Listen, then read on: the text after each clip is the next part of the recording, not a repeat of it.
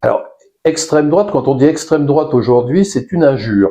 Donc tout le monde est considéré comme d'extrême droite. Enfin, il y a beaucoup de gens se font attaquer comme tel, bien sûr. Or, il faut bien voir deux choses. D'abord, il ne faut pas confondre l'extrême droite et ce qu'on appelle abusivement depuis une dizaine d'années l'ultra-droite.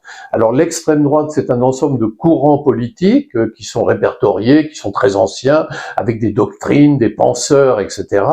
Et l'ultra-droite, en revanche, c'est un phénomène sociologique qui est apparu à partir de 2010, lorsque Marine Le Pen a pris le pouvoir au Front National, qui ne s'appelait pas encore le Rassemblement National. Pourquoi? Parce qu'elle a voulu dédiaboliser son parti, qu'elle a fait le ménage, qu'elle a viré un grand nombre de militants d'extrême droite, et à ce moment-là, il y a beaucoup de gens qui étaient proches du Front National ou qui étaient des adhérents du Front National, qui se sont éloignés parce qu'ils trouvaient que le Front National était trop mollasson à leurs yeux, mais ces gens n'avaient aucune espèce de rigueur idéologique, aucune structuration de pensée, et en fait, l'ultra-droite aujourd'hui, ce sont des regroupements, des réseaux affinitaires minuscules, constitués de gens qui éprouvent une rage épidermique, et qui sont donc très dangereux dans la mesure où, dans cette nébuleuse informelle de gens qui n'ont pas d'idées, mais qui n'ont que de l'impulse, qui n'ont que des impulsions, on trouve beaucoup de loups solitaires, qui sont donc des gens qui sont susceptibles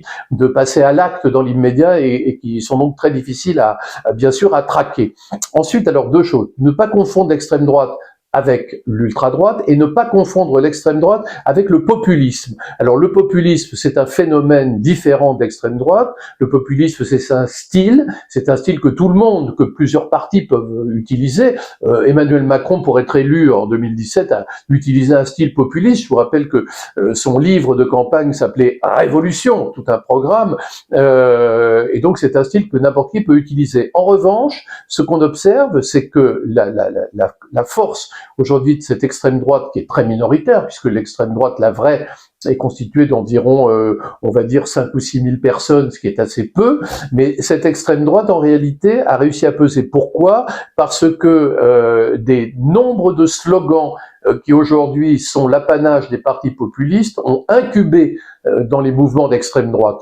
De sorte que finalement, ces slogans, alors le rejet de l'immigration, la fermeture des frontières, etc., ces slogans-là ont incubé dans des mouvements minuscules, et grâce aux partis populistes, ils ont acquis aujourd'hui une audience énorme. Vous voyez, on pourrait dire ainsi qu'il y a une dissémination virale de thématiques incubées à l'extrême droite qui se sont répandues dans la société via les partis populistes. C'est pourquoi on peut parler aujourd'hui d'une extrémisation de la société. C'est un phénomène qui est très inquiétant. Cette France des colères, cette France de toutes les colères, cette France en colère avec un S, c'est l'agrégation de toutes ces rages qui sont des rages qui ne sont pas maîtrisées, qui ne sont pas rationalisées. Et ce qui m'inquiète, c'est de voir justement cette baisse de niveau généralisée, et j'appelle, et je rêverais de voir aujourd'hui apparaître un courant de pensée nouveau qui permettrait de dépasser cette colère pour formuler un véritable projet alternatif. Pour l'instant,